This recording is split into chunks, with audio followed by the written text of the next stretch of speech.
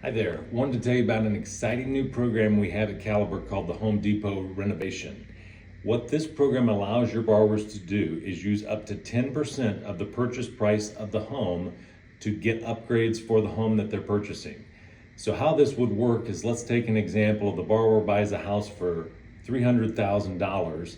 They would then go to Home Depot or Lowe's and get a quote for the items that they want upgraded, such as appliances, carpet, countertops, cabinets, anything non-structural that they want that Home Depot or Lowe's offers.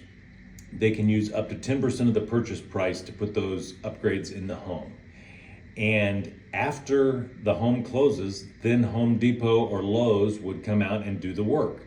So it's very little inconvenience for the seller. We don't have the same problems that we have with traditional renovation, where we're waiting on independent contractors to come out and give bids and get those bids back to us. We work directly with Home Depot and Lowe's to make sure that this is quick and easy, and it's a great benefit for your borrowers, essentially giving them the best of both worlds, where they can buy an existing home and get all the character and of the existing home, but yet put some new stuff in there that they would normally have to wait until after closing and maybe put it on credit cards or take out personal loans to get done.